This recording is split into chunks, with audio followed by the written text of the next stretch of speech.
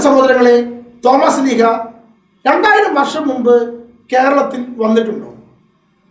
ഈ ചോദ്യം ചോദിക്കുന്ന ആളുകൾ പറയുന്ന കാര്യം ഇത് അസംഭവ്യമാണ്. ഇസ്രായേൽ എന്ന് പറയുന്ന ഒരു നാട്ടിൽ നിന്ന് കിലോമീറ്ററുകളോളം കപ്പലിൽ യാത്ര ചെയ്ത് കേരളത്തിൽ വരിക എന്ന് പറയുന്നത് അസംഭവ്യമാണ്. അതും 20 നൂറ്റാണ്ട് മുമ്പ് സംഭവിക്കുക എന്ന് പറഞ്ഞു കഴിഞ്ഞാൽ ഇന്ന് തന്നെ പലർക്കും ആലോചിക്കാൻ പോലും വയ്യാത്തൊരു കാര്യമാണത്. ഒരു വഞ്ചിയിൽ അല്ലെങ്കിൽ ചെറിയൊരു കപ്പലിൽ യാത്ര ചെയ്ത് ഇങ്ങനെ എത്തുക എന്ന് പറയുന്നത് ഒരിക്കലും സംഭവമല്ല. അതും ഈ 20 നൂറ്റാണ്ട് മുമ്പുള്ള പ്രാകൃതമായ ലോകത്ത്. അന്ന് ഈ കേരളത്തിലൊക്കെ കാട് മൂടി പിടിച്ചു കിടക്കുന്ന സ്ഥലങ്ങളായിരിക്കാം. അന്ന് ഇവിടെയുള്ളതൊക്കെ അപരിഷ്കൃതരായ ആളുകളായിരിക്കാം. ഇവരെ തേടി എന്തിനാണ് തോമസ് ലീഹ വരുന്നത് എന്ന് ചിന്തിക്കുന്ന പല ആളുകളെയും കണ്ടുമുട്ടിയിട്ടുണ്ട്. ചരിത്രം പരിശോധിച്ച് നമുക്ക് മനസ്സിലാക്കാൻ സാധിക്കും. യേശു ക്രിസ്തുവിന് 2 നൂറ്റാണ്ട് മുമ്പ് വരെ, അതായത് BC 2-ാം നൂറ്റാണ്ടിൽ അനേകം യവനന്മാർ കേരളത്തിൽ വന്നു താമസിച്ചതായി, കേരളവുമായി വ്യാപാരം നടത്തിയതായി ചരിത്രപരമായും ആർക്കിടെക്റ്റലായുള്ള സകല തെളിവുകളും നമുക്കിന്ന് ലഭ്യമാണ്. മുസ്ലിസ് പൈതൃകത്തിൻ്റെ ഗവേഷണത്തിനിടയിൽ BC 2-ാം നൂറ്റാണ്ടിലുള്ള ഗ്രീക്ക് രാജാക്കന്മാരുടെ നാണയങ്ങൾ ഇവിടെ നമുക്ക് ലഭിച്ചത് ചരിത്രത്തിൽ അടിവരയിടുന്ന ഒരു സംഭവമാണ്. അതായത് BC 2-ാം നൂറ്റാണ്ട് മുതൽ തന്നെ കേരളവുമായി ഒരു ബന്ധം അറേബ്യൻ രാജ്യങ്ങൾക്ക്, ഇസ്രായേലിനും ഈവൻ ഗ്രീക്കിന് പോലും ഉണ്ടായിരുന്നു എന്നുള്ളത് തെളിയിക്കപ്പെട്ട വസ്തുതയാണ്. അക്കാലഘട്ടങ്ങളിൽ കൊച്ചിക്ക് പകരം കൊടുങ്ങല്ലൂർ, അത് മുസ്ലിസ് എന്ന പേരിലാണ് അറിയപ്പെടുന്നത്, അവിടെ ഒരു തുറമുഖമുള്ളതായും അവിടവുമായി ഈ വിദേശ രാജ്യങ്ങൾ ചരിത്രത്തിൽ വ്യാപാരം ചെയ്തു എന്നും നമുക്ക് കാണാൻ സാധിക്കും. പ്രധാനമായും കേരളത്തിൽ നിന്ന് കുരുമുളകിന് വേണ്ടിയാണ് ഈ യവന കപ്പലുകൾ കേരളത്തിലേക്ക് വന്നിരുന്നത്. എങ്ങനെയാണ് അവർ യാത്ര ചെയ്യുന്നത്? അത് വളരെ സിമ്പിളായൊരു കാര്യമാണ്. കാരണം തെക്ക് പടിഞ്ഞാറ് മൺസൂൺ കാറ്റ് വരുമ്പോൾ ഒരു വഞ്ചിയിൽ പായ കെട്ടി ഇരുന്നാൽ അവർ നേരെ ഓഗസ്റ്റ് മാസത്തോടു കൂടി കേരളത്തിൽ വന്നു ചേരും. വ്യാപാരം നടത്തി വടക്ക് കിഴക്കൻ മൺസൂൺ തിരിച്ചു പോകുമ്പോൾ അവർ ഒക്ടോബർ മാസത്തോടു കൂടി പായ കെട്ടി തിരിച്ചിരുന്നു കഴിഞ്ഞാൽ അവർ അവരുടെ നാടുകളിലേക്ക് സുഗമമായി എത്തുകയും ചെയ്യും. ഈ ഒരു സഞ്ചാരപാത BC 2-ാം നൂറ്റാണ്ട് മുതൽ തന്നെ ചരിത്രത്തിൽ ഉണ്ടായിരുന്നു എന്നുള്ള വസ്തുത നമ്മൾ മനസ്സിലാക്കണം. അപ്പോൾ തോമസ് ലീഹയ്ക്ക് കേരളത്തിലേക്ക് വരുന്നുള്ള വഴി വളരെ വ്യക്തമാണ്. ഈ ഒരു സഞ്ചാരപാതയിലൂടെ ഇന്ന് നമ്മൾ മനസ്സിലാക്കണം. ഇനി എങ്ങനെയാണ് യവനന്മാരുടെ കൂടെ തോമസ് ലീഹ കേരളത്തിലേക്ക് വന്നത്? പലപ്പോഴും കേരളത്തിൽ യവനന്മാർ എന്നറിയപ്പെട്ടിരുന്ന വ്യാപാരികൾ യഥാർത്ഥത്തിൽ യവനന്മാരായിരുന്നില്ല, മറിച്ച് ഇസ്രായേൽക്കാരായിരുന്നു. അതിനുള്ള കാരണം ഇസ്രായേലിലെ 10 ഗോത്രങ്ങൾ, 12 ഗോത്രങ്ങളിലെ യൂദായും ലേവിയും ഗോത്രം മാത്രമാണ് യൂദാ രാജ്യത്തായിരുന്നത്. ബാക്കി 10 ഗോത്രങ്ങൾ പലയിടത്തേക്കായി ചിതറിക്കപ്പെട്ടു എന്ന് നമുക്കറിയാം. ഇങ്ങനെ ചിതറിക്കപ്പെട്ട ഗോത്രങ്ങൾ പ്രധാനമായും വ്യാപാരം നടത്തിയാണ് ജീവിച്ചിരുന്നത്. ഇപ്രകാരമുള്ള ഈ വ്യാപാര ബന്ധങ്ങളിലൂടെ അവർ കേരളത്തിലും കടന്നു വന്നതായി ചിലപ്പതിക്കാരം എന്ന ഗ്രന്ഥത്തിൽ യവനന്മാരെ കുറിച്ചുള്ള ഭാഗങ്ങളിൽ നമുക്ക് കാണാൻ സാധിക്കും. ഇവിടെ യവനന്മാരെന്ന് പറയുന്നത് നമ്മൾ സായിപ്പുമാരെന്ന് പറയുന്നത് പോലെ വിദേശികളെ കുറിച്ചാണ്. അവർ ഏത് രാജ്യക്കാരായിരിക്കണമെന്നുള്ളത് ഇവിടെ ഗ്രീക്കുകാർ തന്നെ ആകണമെന്ന് നിർബന്ധമില്ല. പ്രധാനമായും നമ്മൾ മനസ്സിലാക്കുക, സുറിയാനി ഭാഷയുടെ പഴമ ഇവിടെ ഉള്ളതിനാൽ സുറിയാനിക്കാർ ഭാഷ സംസാരിക്കുന്ന വ്യക്തികളായിരിക്കണം ആ കാലഘട്ടത്തിലെ യവനന്മാർ എന്ന് മനസ്സിലാക്കേണ്ടിയിരിക്കുന്നു. അങ്ങനെയെങ്കിൽ ഇസ്രായേൽക്കാരിൽ കാണാതെ പോയി 10 ഗോത്രങ്ങളെ തേടിയുള്ള യാത്രയുടെ ഭാഗമായിട്ടാണ് തോമസ് ലീഹ കേരളത്തിലേക്കും കടന്നു വന്നത് എന്ന് നാം വിശ്വസിക്കേണ്ടിയിരിക്കുന്നു. പ്രത്യേകിച്ച് പാലയൂർ പോലുള്ള സ്ഥലങ്ങളിലെ ജൂതക്കുന്ന് സ്മാരകങ്ങൾ ഇന്നും നിലനിർത്തിയിരിക്കുന്നത് നമുക്ക് കാണാൻ സാധിക്കും. പ്രിയപ്പെട്ട സഹോദരങ്ങളെ, അപ്പോൾ നമ്മൾ തോമസ് ലീഹയുടെ വരവിൻ്റെ കാരണം നമുക്ക് മനസ്സിലാക്കാൻ കഴിഞ്ഞു. അതായത് കേരളത്തിലുള്ള യവന കോളനികൾ അഥവാ ജൂത കോളനികളെ തേടിയായിരിക്കണം തോമസ് ലീഹ സുവിശേഷം പ്രസംഗിക്കാൻ വേണ്ടി കേരളത്തിലേക്ക് വന്നത്. അതിനുള്ള യാത്ര നമുക്ക് മനസ്സിലാക്കാൻ സാധിച്ചു. ആ കാലഘട്ടങ്ങളിൽ ഗ്രീക്കും അല്ലെങ്കിൽ യവന പ്രദേശങ്ങളും അല്ലെങ്കിൽ ഇസ്രായേലും കേരളവുമായി തീർച്ചയായും ഒരു വ്യാപാര പാത ഉണ്ട് എന്നുള്ള കാര്യം മനസ്സിലാക്കാൻ സാധിക്കും. ഇനി ചരിത്രത്തിലേക്ക് വന്നാൽ തോമസ് ലീഹയുടെ രണ്ടാമത്തെ യാത്രയിലാണ് തോമസ് ലീഹ കേരളത്തിലേക്ക് വരുന്നത്. ഒന്നാമത്തെ യാത്ര എന്ന് പറയുന്നത് AD 45 അനുബന്ധിച്ച് അദ്ദേഹം ഭാരതത്തിലേക്ക് പ്രവേശിക്കുന്നു. ഗുജറാത്ത് വഴി പാകിസ്ഥാൻ എന്ന് പറയുന്ന അഫ്ഗാനിസ്ഥാൻ എന്ന നാടാണ്, അവിടേക്കെല്ലാം സുവിശേഷം പ്രസംഗിച്ചുകൊണ്ട് കടന്നു ചെല്ലുന്നു. പിന്നീട് പരിശുദ്ധ കന്യകാമറിയത്തിൻ്റെ സ്വർഗാരോപണത്തിൻ്റെ ദർശനം ലഭിച്ചപ്പോൾ ജെറുസലേമിൽ കടന്നു വരികയും കല്ലറയിൽ പരിശുദ്ധ കന്യകാമറിയത്തിൻ്റെ ശരീരമുണ്ടോ എന്ന് നിരീക്ഷിക്കുകയും അങ്ങനെ ഒരു സാക്ഷ്യത്തിന് ശേഷം അടുത്ത കപ്പൽ യാത്ര അദ്ദേഹം നടത്തുമ്പോഴാണ് AD 52 മുസിരിസ് അഥവാ കൊടുങ്ങല്ലൂരിൽ അദ്ദേഹം കപ്പലിറങ്ങുന്നത്. രണ്ടാമത്തെ അദ്ദേഹത്തിൻ്റെ കപ്പൽ യാത്രയാണ് കേരളത്തിലേക്കുള്ള യാത്ര എന്ന് നമുക്ക് കാണാൻ സാധിക്കും.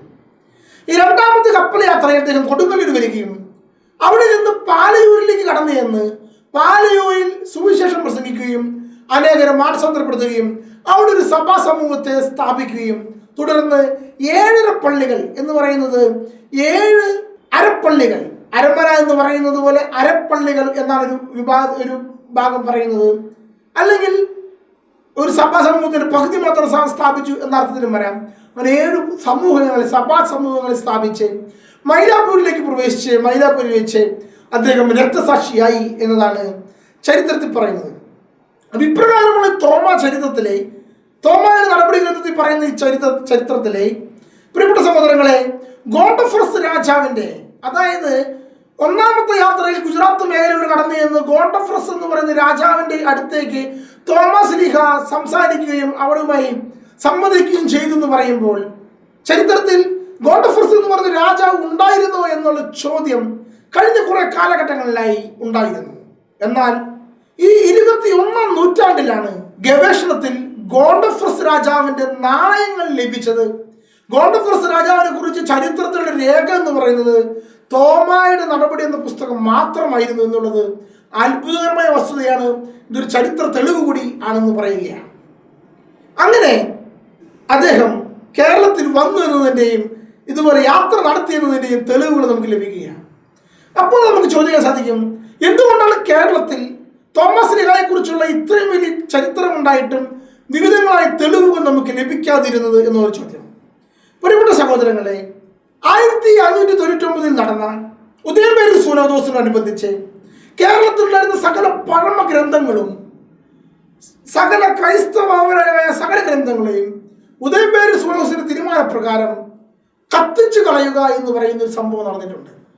ഇത് ചരിത്രത്തിൽ നിന്ന് നമ്മുടെ പല ഏടുകളെയും കത്തിച്ചു കളയുന്നതിന് കാരണമായ വസ്തുതയാണ്. ഇപ്രകാരം എല്ലാ പള്ളികളിൽ നിന്നുള്ള പഴയ രേഖകളെല്ലാം കൊണ്ടുവന്ന് ഒരുമിച്ച് കത്തിച്ചു കളഞ്ഞതിൽ നശിപ്പിക്കപ്പെട്ടതാകാൻ സാധ്യതയുണ്ട്. എന്നാൽ നശിപ്പിക്കപ്പെടാതെ നമുക്ക് കിട്ടിയ മറ്റു പലതുമാണ്. അത് മാർഗംകളി പോലെയും അതുപോലെ തന്നെ റംബാപ്പാട്ട് പോലെയുള്ള ചില പാട്ടുകളിലൂടെയുള്ള അല്ലെങ്കിൽ കഥകളിലൂടെയുള്ള ആ ചരിത്ര വസ്തുതകൾ മറിഞ്ഞ് നമ്മുടെ രീതിയിലേക്ക് വന്നിട്ടുള്ള തോമസ് ലീഹയുടെ ചരിത്രം എന്ന് പറയുന്നത് അത് പൂർവ്വപിതാക്കന്മാരുടെ പറഞ്ഞു വന്നിട്ടുള്ളതാണ്. പലപ്പോഴും പറയുന്ന മറ്റൊരു വസ്തുതയാണ്, ബ്രാഹ്മണർ മാർഗം കൂടിയിട്ടാണ് ക്രിസ്ത്യാനികളായതെങ്കിൽ തോമസ് ലീഹയുടെ കാലത്തും ബ്രാഹ്മണർ പോലും ഇവിടെ ഉണ്ടായിരുന്നില്ല. 8ാം നൂറ്റാണ്ട് കൂടിയാണ് ബ്രാഹ്മണർ കേരളത്തിൽ കടന്നു വന്നു എന്ന് പറയുന്നത്. അപ്പോൾ എങ്ങനെയാണ് ബ്രാഹ്മണർ മാർഗം കൂടി തോമസ് ലീഹ അവരെ മാമോദിസ നൽകി ക്രിസ്ത്യാനികളായി എന്ന് പറയുന്ന ചരിത്ര തെളിവ് എന്ന് ചോദിക്കുകയാണ്. നമ്മളിതിൽ മനസ്സിലാക്കേണ്ട മറ്റൊരു വസ്തുത എന്ന് പറയുന്നത് 8ാം നൂറ്റാണ്ടിനു കൂടിയാണ് ബ്രാഹ്മണർ കേരളത്തിൽ കടന്നു വന്നത് എങ്കിലും അതിനു മുമ്പും ഇവിടെ ബ്രാഹ്മണ സമൂഹം ഉണ്ടായിരിക്കാം എന്നുള്ള ഒരു കാര്യമാണ്. 8ാം നൂറ്റാണ്ടിലൂടെ അവർ അധികാര പരിധി വർദ്ധിച്ചു എന്നുള്ളതായിരിക്കും നമ്മൾ മനസ്സിലാക്കേണ്ട വസ്തുത. എങ്കിലും 8ാം നൂറ്റാണ്ടിൽ ഉണ്ടായുള്ള ചരിത്ര വസ്തു ഇപ്രകാരമാണ്. ജാതി വ്യവസ്ഥ കേരളത്തിലേക്ക് കടന്നു വന്നപ്പോൾ, ജാതിപരമായി നമ്മൾ പുറന്തള്ളപ്പെടും എന്ന ഘട്ടം വന്നപ്പോൾ ജാതീയമായി ഉയർന്നു നിൽക്കുന്നതിന് വേണ്ടി അന്നത്തെ മെത്രാൻ കൽപ്പിച്ചതാണ് ബ്രാഹ്മണർ മാർക്കും കൂടി ക്രിസ്ത്യാനികളായി എന്നുള്ള സംഭവം എന്ന് പലപ്പോഴും പല ചരിത്രകാരന്മാരും പറയുന്നുണ്ട്. അതിലൂടെ നമുക്ക് ലഭിച്ച നേട്ടമെന്ന് പറയുന്നത് ബ്രാഹ്മണർ മാർക്കും കൂടി എന്നുള്ള വസ്തുതയോടുകൂടി ക്രിസ്ത്യാനികളായ വ്യക്തികൾ ഉയർന്ന ജാതി ശ്രേണിയിലുള്ളവരാണ് എന്നുള്ളൊരു ബോധ്യം മറ്റുള്ളവർക്ക് ലഭിക്കാൻ കാരണമായി. അതിലൂടെ സമുദായം താഴ്ത്തപ്പെടുന്നതിൽ നിന്ന് രക്ഷപ്പെട്ടു എന്നാണ് പറയുന്നത്.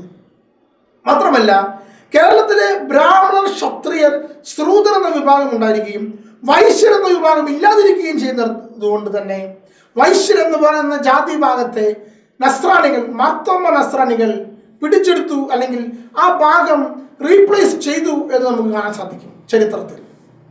അതുകൊണ്ടാണ് പലപ്പോഴും എണ്ണ തൊടുക എന്ന് പറയുന്ന ചടങ്ങ് ബ്രാഹ്മണന്മാർക്കിടയിലുണ്ടായിരുന്നു.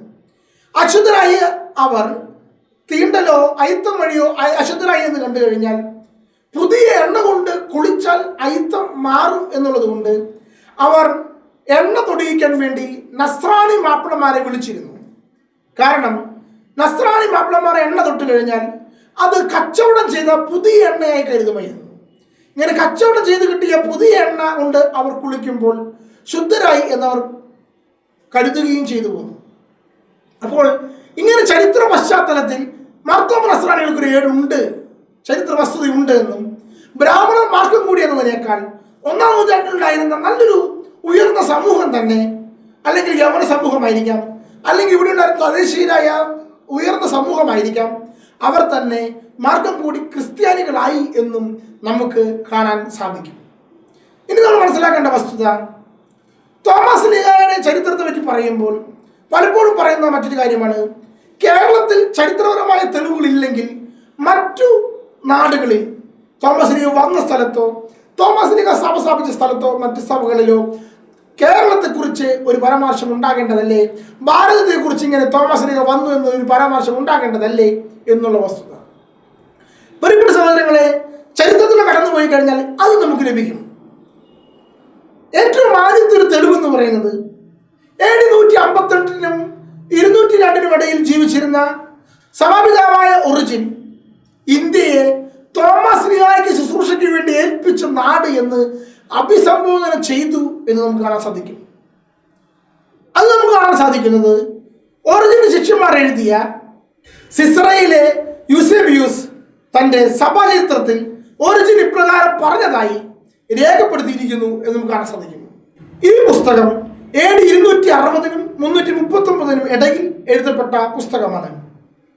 AD 329-നും AD 390-നും ഇടയിൽ ജീവിച്ചിരുന്ന നിക്കയിലെ വിശുദ്ധ ഗ്രിഗറി, അതായത് സഭയുടെ ചരിത്രത്തിൽ കപ്പുനിക്ക പിതാക്കന്മാർ എന്നറിയപ്പെടുന്ന പ്രശസ്തരായ നിക്കയിലെ വിശുദ്ധ ഗ്രിഗറി തോമസ് ലീഗയുടെ ഭാരതത്തിലുള്ള പ്രേക്ഷിത പ്രവൃത്തിയെക്കുറിച്ച് പരാമർശിച്ചിട്ടുണ്ട്. AD 325-ൽ നിക്ക കൗൺസിലിൽ പങ്കെടുത്ത പേർഷ്യയിലെ യോഹന്നാൻ എന്ന മെത്രാൻ പേർഷ്യ സഭയ്ക്ക് വേണ്ടിയും പ്രത്യേകമായി മഹാഭാരത സഭയ്ക്ക് വേണ്ടിയും കൂടിയാണ് നിക്ക കൗൺസിലിൽ ഒപ്പുവെച്ചിട്ടുള്ളത് എന്നുള്ളത് മാർത്തോമ നസ്രാണികളെ സംബന്ധിച്ചിടത്തുള്ള ഏറ്റവും വലിയ അഭിമാനകരമായ ഒരു വിഷയമാണെന്നുള്ള കാര്യം നമ്മൾ മനസ്സിലാക്കേണ്ടിയിരിക്കുന്നു. നമുക്കറിയാം, നമ്മുടെ ബന്ധം പേർഷ്യയുമായിട്ടാണ്. അത് 3-ാം നൂറ്റാണ്ടിൽ തന്നെ ഉണ്ട് എന്നുള്ളതിന്റെ ചരിത്ര തെളിവുകൾ കൂടിയാണ് നമ്മിവിടെ കാണുന്നത്. AD 347-നും 420-നും ഇടയിൽ ജീവിച്ചിരുന്ന ബൈബിൾ ലാറ്റിനിലേക്ക് തർജ്ജമ ചെയ്ത ലാറ്റിൻ ഉൽഗാത്ത എഴുതിയ വിശുദ്ധ ജെറോം തോമസ് ലീഗ ഭാരത പ്രവേശനം നടത്തിയതായി സാക്ഷ്യപ്പെടുത്തുന്നുണ്ട്. AD 306-നും 373-നും ഇടയിൽ ജീവിച്ചിരുന്ന സഭാപിതാവായ വിശുദ്ധ അപ്രേം, അദ്ദേഹത്തിന്റെ പരിശുദ്ധാത്മാവിന്റെ വീണ എന്നാണ് പറയുന്നത്, അദ്ദേഹത്തിന്റെ ഗാനങ്ങളിൽ തോമസ് ലീഗയുടെ അസ്ഥികൾ കേരളത്തിൽ നിന്ന് എദേസയിലേക്ക് കൊണ്ടുവന്നു എന്ന് പ്രത്യേകമായി എഴുതിയിരിക്കുന്നു എന്നുള്ളത് ചരിത്രപരമായ മറ്റൊരു തെളിവാണ്. AD 849-ൽ ചേര രാജാക്കന്മാർ മാർത്തോമ നസ്രാണികൾക്ക് നൽകിയ തരിശാപ്പള്ളി തകിട്, അതിൽ മാർത്തോമ നസ്രാണികളെ കുറിച്ചുള്ള പരാമർശമുണ്ട്. അവരുമായി വ്യാപാരത്തിന് അനുമതി നൽകിയ തകിടായിരുന്നു, ഒരു ശാസനമായിരുന്നു അതെന്നുള്ള കാര്യം നമ്മൾ കേരളത്തിലുള്ള മാർത്തോമ നസ്രാണികളെ കുറിച്ചുള്ള ചരിത്രത്തിൽ കാണപ്പെടുന്ന അപൂർവമായ പഴയ രേഖയാണ്. AD 871-നും 899-നും ഇടയിൽ ഇംഗ്ലണ്ടിൽ ജീവിച്ചിരുന്ന രാജാവായ മഹാനായ ആൽഫ്രഡ് മൈലാപ്പൂരിലേക്ക് തോമസ് ലീഗയുടെ ഖബറിടത്തിലേക്ക് സമ്മാനങ്ങളും നേർച്ചകളും അയച്ചതായും ചരിത്രത്തിലുള്ള തെളിവുകളുണ്ട്. ഇത്രയും തെളിവുകൾ തോമസ് ലീഗ കേരളത്തിൽ വന്നെന്നും മൈലാപ്പൂരിൽ മരിച്ചെന്നും ഉള്ള ചരിത്രപരമായ തെളിവുകളാണ്. മൈലാപ്പൂരിലെ തോമസ് ലീഗയുടെ അസ്ഥികളുടെ വലിയൊരു ഭാഗം AD 232-ലാണ് മൈലാപ്പൂരിൽ നിന്ന് എദേസയിലേക്ക് കടത്തി കൊണ്ടുപോയത് എന്നുള്ള വസ്തുത നമ്മൾ മനസ്സിലാക്കണം. അവിടെ നിന്ന് പിന്നീട് ഈ അസ്ഥികൾ ഇറ്റലിയിലെ ഒർണിത്തോ, അവിടെ നിന്ന് ഈ തിരുശേഷിപ്പുകൾ ഇറ്റലിയിലെ ഒർട്ടോണ കത്തീഡ്രലിൽ ഇന്നും സൂക്ഷിച്ചിരിക്കുന്നു. പ്രിയപ്പെട്ട സഹോദരങ്ങളെ, AD 1-ാം നൂറ്റാണ്ടിൽ സംഭവിച്ച ഈ ചരിത്രപരമായ തോമസ് ലീഗായുടെ ഭാരത പ്രവേശനത്തെ കുറിച്ച് ഇത്രയും തെളിവുകൾ നമ്മുടെ ഈ കാലഘട്ടത്തിൽ ലഭ്യമാണ്. പലരും പറയുന്നത് പോലെ തോമസ് ലീഗ കേരളത്തിലേക്ക് വന്നു എന്നുള്ളത് ഒരു കടങ്കഥയോ അതുമല്ലെങ്കിൽ ഒരു മിത്തിന്റെ ഭാഗമോ അല്ല. ഒരേ സമയം വിദേശങ്ങളിലും അതേസമയം സ്വദേശത്തും ഒരുപോലെ തെളിവുകളുള്ള വസ്തുതയാണ്. തോമസ് ലീഗായുടെ സുവിശേഷ പ്രവർത്തന മേഖല എന്ന് പറഞ്ഞുകൊണ്ട് മറ്റൊരു രാജ്യവും അവിടെ രാജ്യത്തെ അഭിസംബോധന ചെയ്യുന്നില്ല. ഇന്നും കേരളമാണ് തോമസ് ലീഗായുടെ സുവിശേഷ മേഖലയെ അവതരിപ്പിക്കുന്നതും അതുപോലെ തന്നെ തോമസ് ലീഗായുടെ രക്തസാക്ഷിത്വ സ്ഥലമായി മൈനാപ്പൂർ മാത്രമേ ഇന്ന് ലോകത്ത് അത് അവകാശപ്പെടുന്നുള്ളൂ എന്നുള്ളതും നമ്മൾ പ്രത്യേകം മനസ്സിലാക്കേണ്ട വസ്തുതയാണ്. മാത്രമല്ല, കേരളത്തിലെ നസ്രാനികളെ മാർത്തോമ നസ്രാനികൾ എന്നാണ് ആദിമ കാലഘട്ടം മുതലേ അറിയപ്പെടുന്നു എന്നുള്ളതും തോമസ് ലീഗ കേരളത്തിൽ വന്നു എന്നുള്ളതിൻ്റെ ചരിത്ര തെളിവാണ്. ഇത്രയും ചരിത്ര തെളിവുകളും ഇത്രയും സാഹചര്യ തെളിവുകളും ഇത്രയും വിശ്വാസയോഗ്യമായ പാരമ്പര്യവും നമുക്കുണ്ടായിരിക്കെ എന്തിനാണ് നാം തോമസ് ലീഗ വന്നത് മിത്തായിരിക്കുമെന്ന് വെറുതെ മിഥ്യാബോധത്തിലേക്ക് കടന്നു തരേണ്ട ആവശ്യകതയുള്ളത്? നമുക്ക് തീർച്ചയായും അഭിമാനിക്കാനുള്ള വകയാണ് ഈശോയുടെ അപ്പസ്തോലനായ തോമസ് ലീഗ കേരളത്തിൽ വന്നുവെന്നും നമുക്ക് ആദിമസഭ മുതൽ തന്നെ റോമുമായും തോമസ് ലീഗയുടെ പേർഷ്യൻ സഭയുമായും ഒരു ബന്ധമുണ്ടായിരുന്നു എന്നുള്ള കാര്യം നമുക്ക് ഏറ്റവും അഭിമാന വസ്തുതയാണ്. ദൈവം നമ്മെ അനുഗ്രഹിക്കട്ടെ.